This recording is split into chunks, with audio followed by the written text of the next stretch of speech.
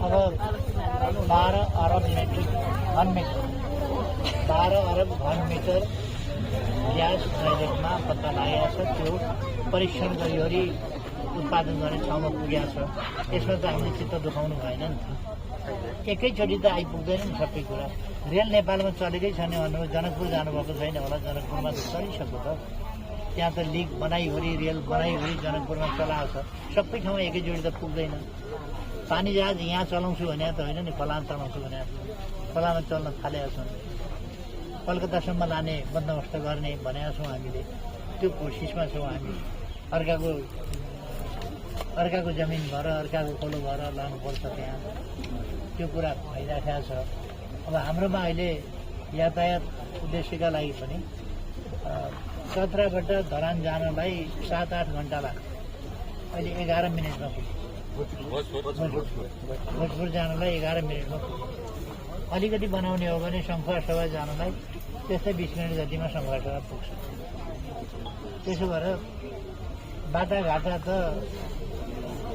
बाटाघाटा पक्की बाटो हेर्न त सानो पक्की बाटो हेर्न हाइवे पुग्नु पर्थ्यो। अहिले त बाटाघाटा ठाउँमा पक्की पुगेको छ। केही ठाउँमा बन्न भएको होइन, सबै ठाउँमा बाटाघाटा राम्रा भयो कि तर हाम्रो यही ठाउँमा मात्रै अलिकति बाटाघाटा चाहिँ हो। त्यति बाँकी रहेको होला। बाटाघाटा सबै ठाउँमा जाउँ, सबै ठाउँमा राम्रा छन् बाटो। अब यो ठेका यो अहिले उहाँ यो अवस्थामा पुगेर आउँदाखेरि पनि यो जस्ताको जस्तै भएकोले चाहिँ अलिकति जनता कोही कोही ठाउँ त बनाउँदै जान्छ।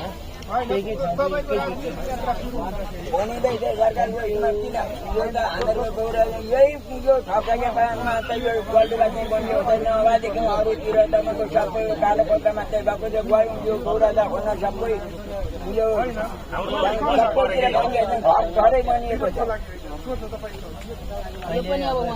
बिजुली आएको छ, पोलहरूको समस्या छैन, बिजुलीको समस्या छैन, त्यो आएको छ। त्यसो भएर यो कुराहरू चाहिँ यहाँहरू देख्ने हो। पहिले विद्यालय कस्ता थिए, अहिले कस्तो बनेको छ। सबै ठाउँमा बनिसकेका छैन होला, एकै ठाउँमा बाँकी होला। तर बनेको छ नि, धेरै ठाउँमा बनाएको छ। विद्यालयहरू बनाएको छ, क्याम्पसहरू बनाएको छ, अस्पताल बनाएको छ। यहाँ मात्रै होइन, देशभरि बनाएको छ। बाटा पनि देशभरि बनाएको छ।